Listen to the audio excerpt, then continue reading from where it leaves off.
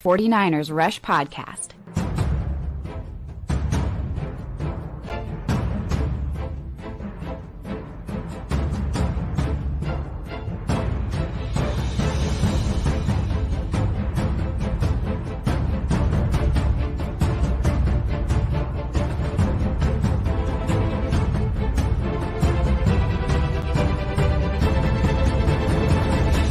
And here's your host, John Chapman. What is going on, faithful? It is Tuesday. This is episode 820, but it's special because I got my man, Wayne Breezy, looking fresh as always. Look at that sweater. Woo! Looking sharp, man. How you doing, Wayne? 820, John. Every time we do a new show, the number just goes up, and my reaction is still the same.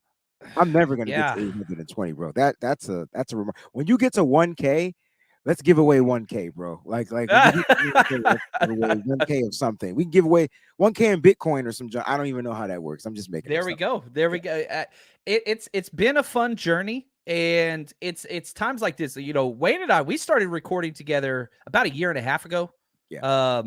And man, some shows are just better than others. I'm selfish. You know this, Wayne. I like to record by myself most of the time. Yes. That's why I don't have a lot of guests. But, man, I love it when Wayne's on the show because we just always go some fun place. It always gets weird, and hopefully it does that again today. Shout out to all the hashtag CCs. We got Clayton, the man behind the scenes, running the show today. So we got an all-star cast, and we're going to go weird. But before we do that, congrats to your Huskies. Oh, UConn. Man, listen, I know you guys didn't hear from me last night. It was a bit silent. I get kind of weird when there's a championship game on the line. I kind of go incognito. Rightfully so. But the moment I started to feel like, they were about to start effing up, that's what I'm a talk crap type of person. The moment we turn the ball over 45 times in a row and they go on this run, I'm like, okay, something's got to give. You know what I mean? I shut it up this whole time. But yeah, thank you for the congratulations. Go Huskies, baby. Bleed blue. You know, I was reminiscing this morning. I broke down the Michigan offense versus Penn State defensive game. We were together for that game. I don't remember where. We were. I don't remember where. Was it Atlanta? It might have been where we at the Hooters, like next door to the party because it was so crowded. And I thought they were going to kick us out of the Hooters because I couldn't. Wayne's cussing. And it was funny because it was the interception off the shoulder, off the helmet, pick six, you know what I'm talking about, that they threw. And I just bust out laughing because I was like, oh, I remember when Wayne just went level 10. Oh, it was awesome. So, all right. They loved us there. You know? They loved it. They did. Let's talk about the title of this show. And I want to jump into this a couple different directions. Have the 49ers done enough? Ooh. Where do you feel we're right before the draft? We got a couple weeks. I think there'll be one or two more additions, but nothing that's going to be, mouth-watering or whatever, however you want to put it, blockbuster. It's going to be depth pieces, back of the end guys. We got 64 guys on the roster, I believe, currently. Have the 49ers done enough, in your opinion, Wayne? And you can fill in the blank. Done enough for what? What comes to mind for you? Whenever I say that, have the 49ers done enough? And in the chat, I want to let you know. I want you to let us know, what your opinion is. Have the Niners done enough, Wayne? It's a great question. To me, I feel like they've done all they can at the moment. And so the one thing that they did was they spent money on the defensive line. And so you gotta understand the trajectory on how they continue to find ways to build. And so where was the weakest link on the most important part of your team? It was the defensive front. We weren't creating pressures. We weren't being able to get to the quarterback, and it was a workload of them double teaming Nick Bosa all the dang time. So how do you address that? Well, you go out and you get not a top 5, but a top 3, top 2, hell, top 1 interior pass rusher that can also stop the run. And so to me, addressing that made me feel like, okay, we're good. Let's get to the draft. But they continued to build depth because there were a lot of spaces that needed to be filled, a lot of voids that needed to be filled, a lot of free agents that left the 49ers. So in doing so, they continued to fill the depth. I know we're at 64 players. I was just getting the correct number, but we still have a draft, and then there's going to be undrafted guys. The 49ers will continue to find ways to make their team built for success, but I think they addressed what they needed to address, and when they did that, I didn't care about anything else. I mean, don't get it twisted. I wanted a safety. Don't get it twisted. Yeah. But they believe in what they have, and so they'll draft a guy. Oh, I like that. Shout out to Jacqueline. Thank you so much for the super chat. Jacqueline. I want to say you made my day yesterday. I went out with the fam, and I took like a silly picture. There was like a sunglass place, whatever. And Jacqueline was one of the first ones to comment, and she recognized the shoe game. She recognized the penny. Made me warm inside, man. Made me feel good about myself. So, Jacqueline, thank you for the contribution and what you always bring, positivity. You are incredible. Now, everybody in the chat saying, man, what about edge? What about edge? They addressed the edge position, John, if you allow me to speak right here, last year, right? So they drafted a guy they were going to redshirt. Now, he did see probably more playing time than the 49ers wanted, but Drake Jackson is a person or a particular person that they believe in, and they drafted him for a reason. They drafted him early, way ahead of his schedule. They got him into football shape, right? Now he's got a football NFL season accrued under his belt. He'll come back this year. 9 times out of 10, he's going to get that starting role. And then they filled some depth. They got like 4 other edge pieces that they can kind of get into rotation. Let me just remind everybody, no one knew who Samson Ebukam was when he played for the Rams. No one knew who Charles Omenihu was when he played for the Houston Texans. Once they became San Francisco 49ers, everybody knew who they were. No one knew an Arden Key. No one knew any of these edge rushers that we brought in. So you have to be patient and trust the process. I hate saying that. Trust the process. Who is that? Joel Embiid? Embiid. Oh, it's Garnett, or what's his name? The old Cowboys coach, the computer guy. My bad. I thought it was Joel. What's his name? Red hair, crazy dude. John, why do you know? I don't know why you even Cowboys coach. Golly, Tom Landry? No, the recent one that was like a robot. What's his name? Garrett. Yeah, Garrett. Trust the process. That's his thing. Over and over again. Can't believe I said Tom Landry. I'm so bad. Yeah, Tom Landry, solid, absolutely incredible, dude. Top coach, top team coach of all time. Imagine him finding out he got fired by turning on the radio. Jerry Jones has been a schmuck since day one and still is. Hate that man. Can't stand him. Anyway. Look at the timing. Devin, thank you, my friend. Super chat. He said, thanks for keeping my spirits up and mind off all the crap, John. Devin, we are with you, man. Your family's incredible. Prayers with your wife and everything going on. This is one of the best humans ever, man. Devin cooked for us in Chicago back-to-back years, him and his fam. They're just about as good as could be. Now, Drake Jackson.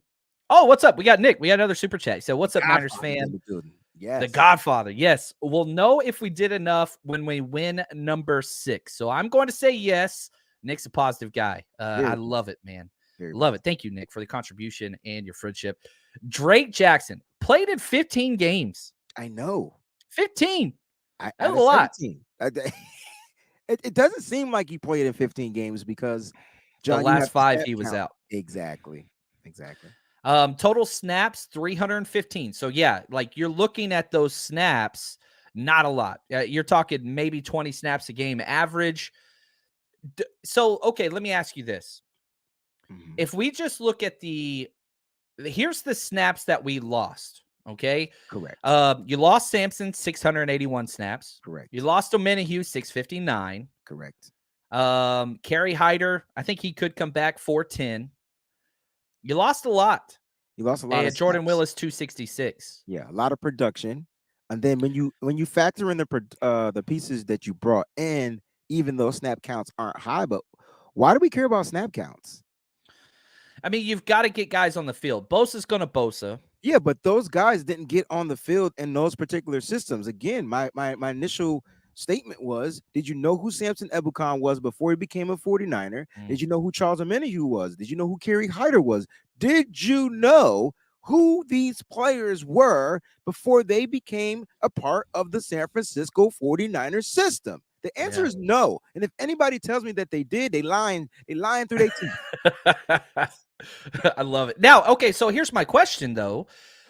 A lot of your mock drafts, you've taken 2 edges, which I love. That doesn't mean I'm not addressing the position. Right. So the bodies, you still think, do they add 1 edge, 2 edge, or 3 edges? Because right now in the room, the depth chart that is currently signed, Okay. Nick Bosa, Drake Jackson, Cleveland Farrell, then you've got Alex Barrett, who played defensive tackle all preseason and been on the practice squad 2 years.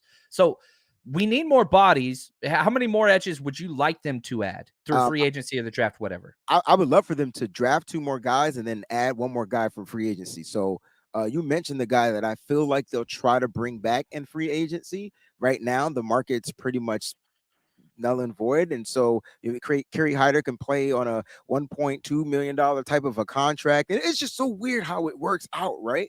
He had his chance to make his money. He didn't make the best of it when he went to Seattle for whatever the reason was. Just don't think he was a good system fit, John. And then when he came back to the 49ers, they kind of like made him play inside, and it was just like, damn. So he's going from outside to inside, inside to outside. So it's good for him to, hopefully he'll be back with the San Francisco 49ers. That's that veteran type of guy. You might not see the Yannick Ngakoue or those type of players here. We can't really even afford it, but you can get a guy. 49ers like to get players on them veteran minimums. Yeah. 1-year deals. They don't have much cap space. They don't have much. They $2 million, I believe, in cap space right now. Therefore, you got to look at the draft. And so you look maybe later in the draft. Why? They won't count against the top 51. You don't have to necessarily worry about your cap space. John, am I learning or am I learning?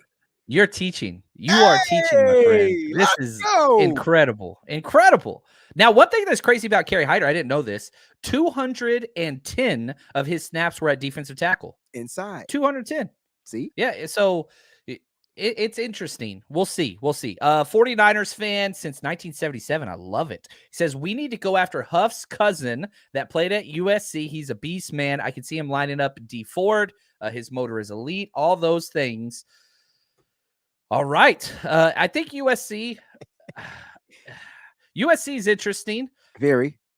They got guys everywhere. Now, I'll say this, and I want to come back to this because I had a question, but I want to finish this topic. BetOnline just released odds of teams making the playoffs, and they ranked all 32 teams, and they gave them all a percentage. Where would you say the 49ers finished on that list? 1, 2, 3, 4, 5, like whatever, like 2. Percentage of making the playoffs?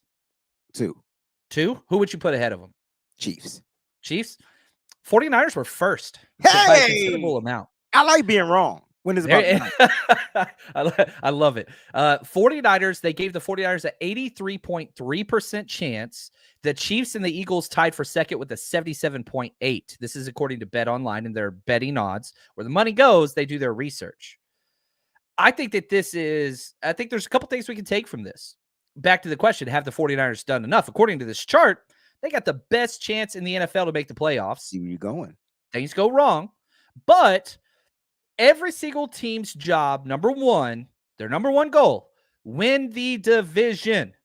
Win the division. That's it. Go 6-0. Again. That's it. That would be my goal every year. Oh my gosh, man. Every year. Awesome. 6-0. And yeah, Josh, I'm with you. 49ers faithful forever. He says NFC is weak. I think that this is a testament to 3 things. One, the 49ers roster is pretty badass. Even with the turmoil and, whatever at the quarterback position, what's going to happen there regardless. Roster's awesome. Coaching's awesome. Front office is awesome. That's number 1. Number 2, NFC sucks. We've had back-to-back years where you have this mass exodus of talent leaving the NFC and going to the AFC. I mean, it has just been, even if you just look at quarterbacks, like the quarterbacks in the NFC are really bad. Really, really bad. Like there's just not much there.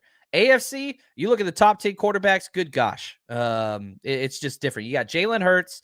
In the NFC, you've got Dak, Jared Goff, Kirk Cousins, like Kyler Murray, wherever you want to put the 49ers quarterback. So that's number 2. And number 3, the NFC sucks. So do you want to guess which team has the worst percentage chance to make the playoffs in the entire NFL?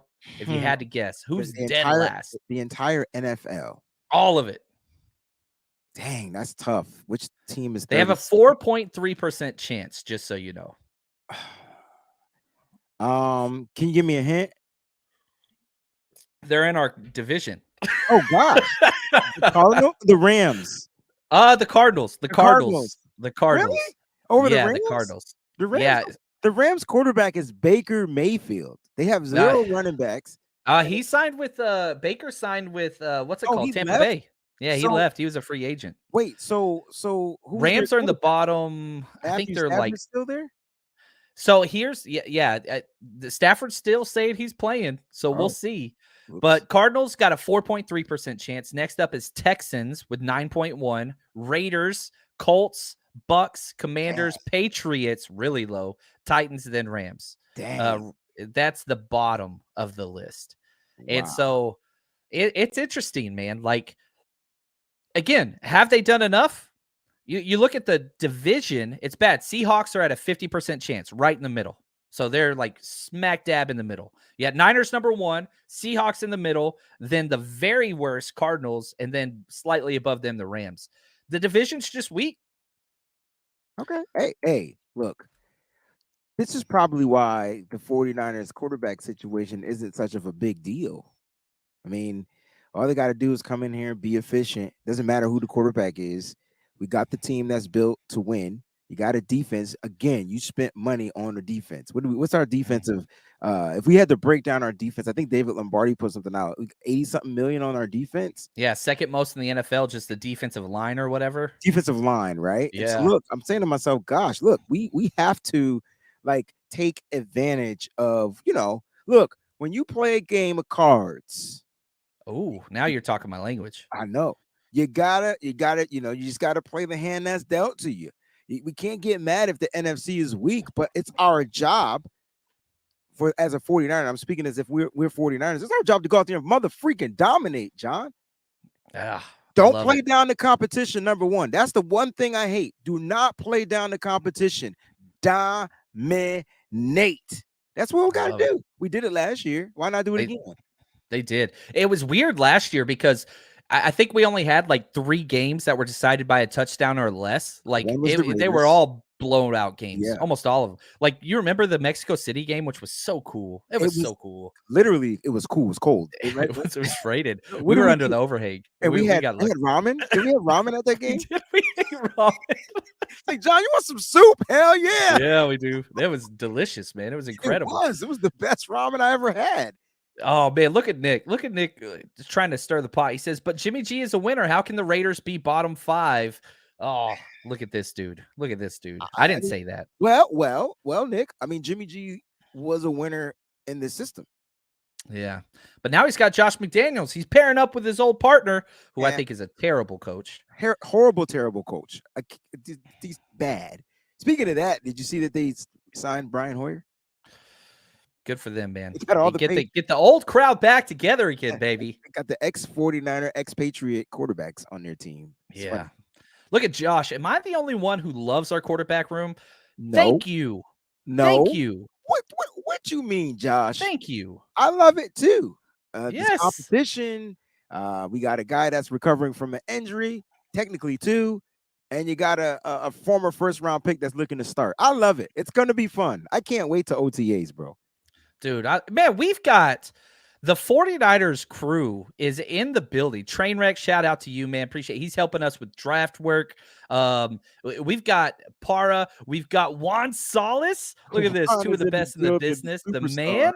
Dude, I love Juan. Incredible man. Great family. Nick, I mean, this is just awesome. Peachy. We got Peachy in here too. This is fun, guys. We just hanging out now. All right. Here's my question for you, Wayne. And I want you to get your crystal ball out. Here you go. All right, Peachy, get ready. If I was going to say, look, man, I'm going to give you, I don't know, name an amount of money, $1,000. $1,000. If you can just name one player that you are certain the 49ers will draft this year, you can pick anybody you want, whatever round, whatever. Like, who I'm going to give you 2 chances. Okay. And we're gonna mark this. I'm gonna edit this clip because you're gonna be right. And when we draft them, I'm going to post it with the timestamp and all that stuff, and it's going to be awesome. That's tough, man. This is tough, right? I didn't prep him. I never prep him. This is super tough. He didn't know. I got my answers, but okay. Okay. It could be anybody that you think is a 49ers fit that you just think, man, it could be 3rd round, 4th, 5th, 6th, 7th, whatever. who is the guy, or you Okay. get two guesses. Two guesses. All right. So I guess let me start with the positions I feel like Ooh, they're this is definitely good. they're This is going good. to address in this draft. And look at how the roster is already set up and look at the expiring contracts for next year. So I'm going to go with these two positions. You ready? I'm going to go with a safety and I'm going to go with a wide receiver. And I know people are like, "Oh, what? A wide receiver?" Absolutely. Absolutely. I I'm went going wide receiver on my list too. Are you kidding me? I did. You're the worst best. All I right, here am. we go. I am. Uh, so safety is tough, right? Because I feel like there's gonna be safeties that are gonna fall. I just don't know, and I don't think the Niners reach up. We had this hit. I see you, Josh. I can't stand them right now because now it's gonna be one of the. Okay. So listen, I feel like the 49ers are going to address the safety position. The question is when. They typically don't address the safety position until the 5th round or below, right? So Yeah, 5th they round don't. below. Now, And I'll say this to your statement: safeties fall every year. Every every year. year. Like, there are just certain draft axioms that happen. Safeties fall because the NFL does not value the position. Every year. Financially, draft capital wise, they fall every year. All right. So here we go. Safety. I know you guys. I know they met with Javarius Owens. I know, right? But the kid, they're going to Jamie Robinson is going to be a 49. All right. That's one. Jamie Robinson. And then here go the wide receivers. Everybody loves Jonathan Mingo. They met with Jonathan Mingo, and I get it. He's getting drafted, but not by the 49ers. The wide receiver. It just made me sad. Yeah, I was happy. Yeah. Because He's my guy. That's the guy I somebody's put gonna on my pick him up, list. unfortunately. So unless we're drafting a wide receiver 3rd round, you know what I'm saying? Like he's I gonna feel you. get picked up. I'm gonna go with a wide receiver. And it's probably a wide receiver that everybody's gonna be like, what, how, where, why? It's not gonna be a fast guy, it's going to be a slot guy. So I'm gonna go with the wide receiver out of Michigan. Okay. And so I knew you were gonna go him. well, I knew you were. so when I'm looking at my man, so when I'm looking at Ronnie Bell and I'm saying to myself, what makes him a San Francisco 49er? His ability to get open. What is Kyle Shanahan like?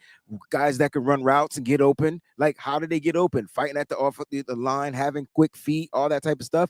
I don't care about a 4.5 40. What he does is he gets open. At the end of the day, to me, that's what Kyle Shanahan is going to be looking at. When I look at the expiring contracts from the wide receivers on next season, Ray McLeod, this is his last year. I do feel like the 49ers may look to bring in some type of youth to draft, to prep a year ahead. It would be Ronnie Bell. It would be the perfect why. He does everything Ray does, and he's younger, right? You need a guy that can return the ball. Ronnie Bell has a few of those under his belt in college, and so he reminds you of Ray.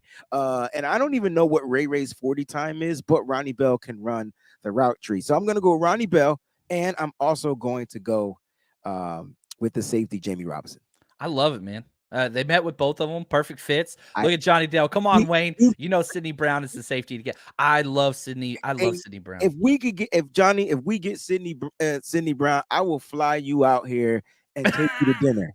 Okay. I will fly you here to Connecticut and bring you to dinner. My thing with Sidney Brown, when I was doing his tape, he's fun. He just screams Hufanga to me. He's Hufanga, but with more with a discipline. way better athlete. Yes. So can he play free? Yes. Somebody got to play free.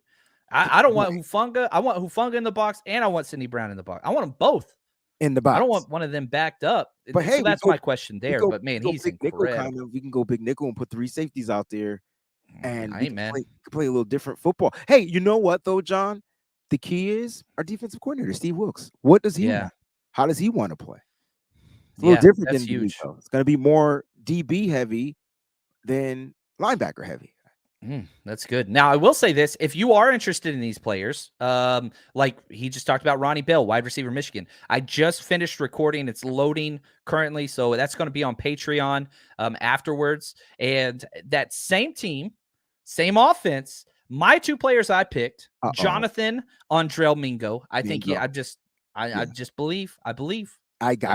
Listen, give me an Ole Miss guy too. I just feel like somebody's going to snatch him up unless the Niners choose him in one of the 3rd round picks. As you're talking about, would you be angry if the 49ers drafted a wide receiver with one of their 3rd round picks? No, premium position of need. Look next year, like you said, Ray's gone. Juwan Jennings could be gone. You need somebody. Mingo would be perfect. I have no problem. He's the perfect combination of Ray and Juwan Jennings. He's faster than both of them. He's bigger than both of them. But you get what I'm saying? He's the perfect combination. If you put the two together, you get that. You get the twitch, you get the quick feet, you get the speed, you get the strength, you get the size, and he has pretty large hands. Yeah. Pause. Now, my second guy that I said, again, kind of stole from you, but again, I watched this film this morning, so it's fresh on my mind. Offensive tackle Ryan Hayes out of Michigan. Listen, I kept saying to myself, like, if I had to draft a Michigan lineman, Ryan Hayes had the better Senior Bowl, and he's got the better film. And there's nothing wrong with the center, but I just don't think he fits the 49ers. I like that center, but yeah, the roster spot doesn't make sense. Right. You've already got 3 to 4. You've got 4 interior offensive linemen already, and John Feliciano, your 3 starters from last year. That's a rough spot to come into because they're all again, you look at your current center, you sign him to a 4-year deal. He's going to be around for a while. Banks rookie deal, Burford rookie deal. That's hard. Feliciano 1-year deal. So if you did draft, Victor, I can never pronounce his name. Olisukun. It's rough. That's rough. Look at this though. Trainwreck. What's up, Brian? He says, "What about Q Knight to free safety?" They already have Taylor Hawkins. They love back there. Yeah. I think that they like Q Knight, special teams, and corner. I'm fine with him at free safety. Yeah. But I don't know, man. I want Q Knight on this team. Whenever they signed Isaiah Oliver, I was like, happy because I like Oliver's tape and I love competition. But man, I do want to see Q Knight get a spot. Any thoughts on moving him to safety? How do you feel about that? No, I don't think they need him to move to safety. He may want to. He might end up getting that Jimmy Ward type of treatment, but the opposite way. Hey, man, look, I know I'm not going to get any reps at a cornerback or nickel spot. That's kind of where I see him playing. But hey, man, let me take some reps at safety. And if I was him, I would do that. That's exactly what I would do. He has a better chance of making the roster at safety. And if he can play the free safety, that'll be a good time to spell or learn under Tashawn Gibson, who's the veteran guy there for only 1 more year. So that actually would be a great move. I just don't know if that's what the 49ers are going to do. I don't know but like you said, they have Taylor Hawkins back there as well. So, and they're going to draft a guy like this year. They're going to draft. We said that last year. They didn't draft a guy last year, but they thought they were going to get something out of the undrafted free agent. I don't think they're going to go that route this year. I think they're going to actually look for a safety. Expect the safety to get drafted in the 5th or 6th round of this draft. We have 3 5th-round picks. Expect the safety to get drafted in the 5th or 6th round. If Sidney Brown is there in the 3rd, I'm fine with that. Just because I think he can play so many spots. He's awesome. That's a high upside pick, but I think he's going to go before that. I love him. His tape is incredible, but again, safeties fall. Now, I saw a couple good comments come up just talking about the competition in camp. The Niners, there's a reason why this team has the best odds to make it to the playoffs, and they haven't even figured out the quarterback position. It's because every other spot, it's freaking solid. Yeah. I mean, it's beyond solid. You look at the defense, you lost Jimmy Ward, who wasn't even a starter week 1, but whatever. You lost Jimmy Ward, who was a starter. You lost your edge player, who was a starter. That's it. That's it. The rest was depth. The rest was depth. Now you can say, well, Emmanuel Mosley started week 1. That's correct, but Demo's solid starter. Like that dude, what he did in the playoffs, I've constantly made this claim.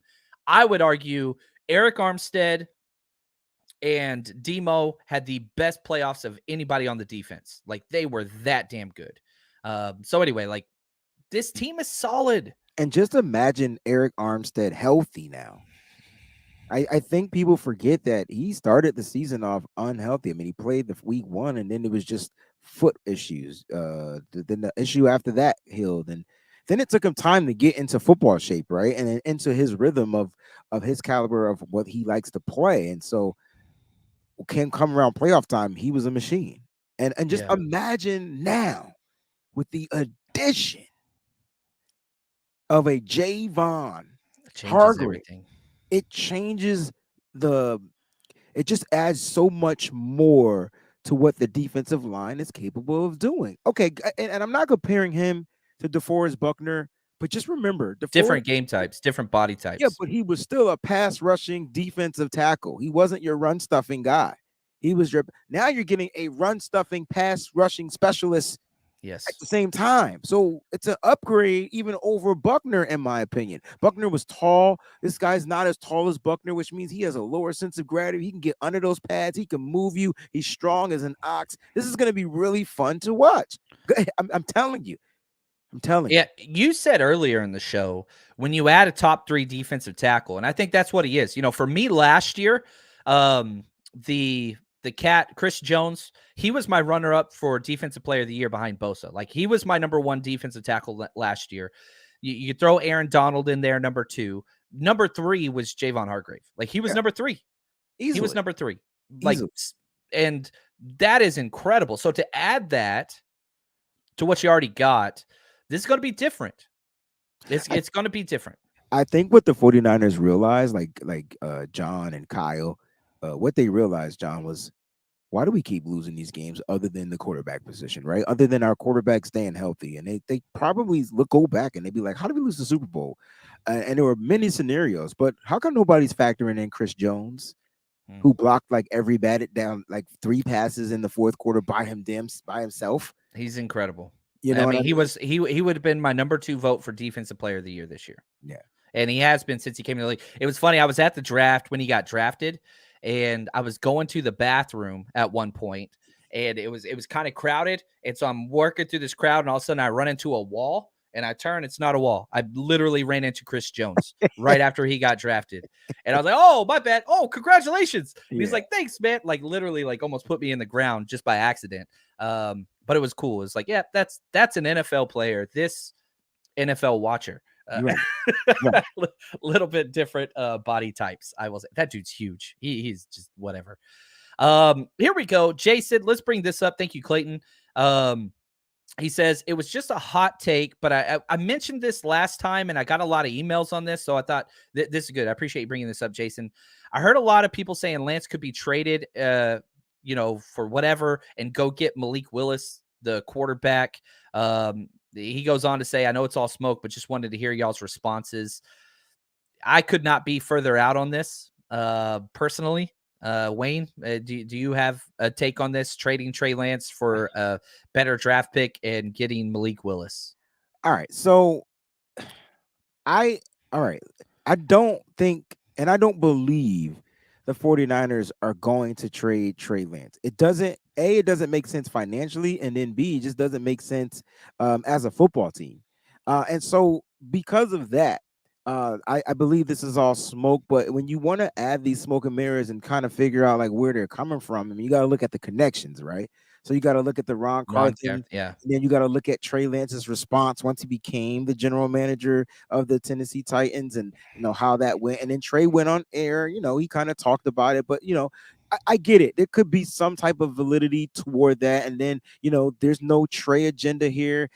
In San Francisco, it's all about, Brock Purdy and then Sam Darnold. Like everybody's like, well, what about Trey Lance? I mean, he's still on this roster. So I get where the steam gets picked up from this particular type of story, but I just don't see anything happening. There's only one way the 49ers trade Trey Lance, and they'll listen to offers, but the only way they'll trade Trey is if somebody's offering him like 3 first-round picks. Bingo. That's it. It's the only way. And no one's going to do that. Like, nope. If anyone did that, they should be fired as a general manager. Yeah, it ain't happening. Not happening. Not for a bigger project. Why would that? Good Right. Lord. Like, and again, if you are one of those people that's hardcore anti-Trey Lance, which I know there's a lot of them, Johnny says we need all the quarterbacks. I agree. You don't trade him when you're uncertain about Brock Purdy's injury, and you're going to be able to trade Trey Lance next year because you still have him under contract. Like, it makes no sense whatsoever. We've been screaming it. Yeah. There's going to be more, and you have to understand, we're now in 100% fake information time period before the draft. Terrible.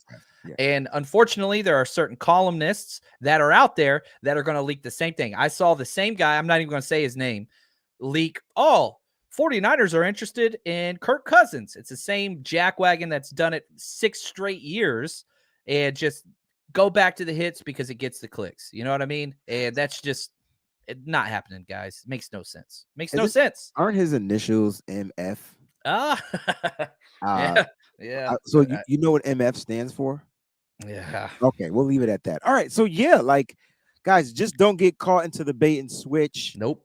We will definitely do our jobs and just making sure things stay valid and but you got to be open because John Lynch has and Kyle Shanahan has said they will take calls. So Yes. everybody's tradable. If you're gonna think about trade, think about everybody being tradable, and then let that sink in, including the coaches. Yes, including the coaches. Look at Josh. He says Trey is the only quarterback that knows their offense and be ready week one. I agree. Darnold's got a lot to learn. Trey's got to be the guy week one. We've been telling you that forever. Yeah. Will he be the guy long term? We'll see. Competition. Excited for that. I'm excited for the opportunity for all these guys. It all depends on how well he does, how well he performs. It's a performance-based job, and it's a what have you done for me type of lately type of a league, right? And so while Brock is resting and healing, Trey has every opportunity to go out there and do what he does. And if he does that, they kind of will forget a little bit about Brock. If the team is winning and Trey is performing well, no one's going to be thinking about Brock Purdy, which sucks for him, It's just the way the league works, man. The 49ers have 3 options. I like it. It's all good. Now, and again, just want to say, quick reminder, I want to throw this out there. Tomorrow, Wednesday at 5:30 p.m. Pacific time, we've got our 1994 watch party over on our Patreon, which is going to be a blast. This week is going to be an absolute blast. We got the 49ers versus the Detroit Lions. Barry Sanders, Chris Billman, Herman Moore. Man, just tell me that doesn't just scream Herman 1990s. A monster receiver that nobody talks about. He was. So we're going to do a live Zoom hangout that's available to all Patreons. Just Google 49ers and Patreon. The link is in the description of this audio, video, whatever you're watching. Click on that, join there, and it's free trial. 7-day free trial. Check it out. Come hang out, have a good time, reminisce. The funny thing that I didn't think was going to be such a big deal is, one, listening to the announcers, 2, the commercials that come across in 1990. They're freaking hilarious. It's awesome. And so come have a good time. Nostalgia is fun. And if you're a new fan, learn a little bit about the past, because that 1994 season was perfect. It was so awesome. It was awesome. It was a good time. So Wayne. Yeah. What is our schedule like this week? I'm going out of town late. Right. So am I with you tomorrow? So John Chapman will be on the Wayne Breezy Show in the morning, 8 a.m. Pacific Standard Time, 11 a.m. Eastern Standard Time. That's what's up. John will be, you'll get to see him twice, back to back. Hey, I like that. So we're going to have a good time tomorrow, have some fun, talk 49ers, and have a good time. Dude, I'm pumped about it. It's going to be a lot of fun. It's just the offseason's going along. We're at a healthy clip. Now I would say, free agency is kind of wound down. We're totally in draft time, which I love this time, man. I know you do. I love this time. I know you do, because we want to be right. We want to hit on our all the work. So I don't think people understand how much work you do behind the scenes preparing for a draft. You put out your draft guide, you're watching film, you're breaking down film on prospects that you feel like can fit. Then you got to break down the film on the prospects that the 49ers even have talked to or have interest in. They talk to a lot of people. It's a lot of work. So I don't think people really understand the amount of work that you put in. But I appreciate everything that you do. And just keep grinding. It's one of the most wonderful times of the year. I know free agency is cool, but just getting these young players to come in and hoping you hit on them. Remember, it's hit or miss. Everything is not a hit.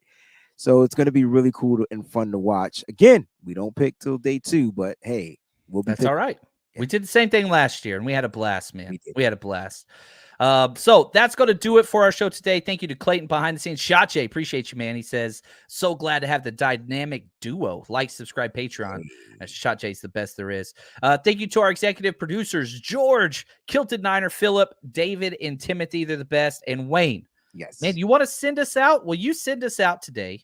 I will. I've never asked anybody to send us out of a show. Again, I'm so selfish. I feel This honored. is all you, Wayne. I'm not going to say this is all Wayne. He's doing it, and we're going to say our goodbyes. I have a thug tier.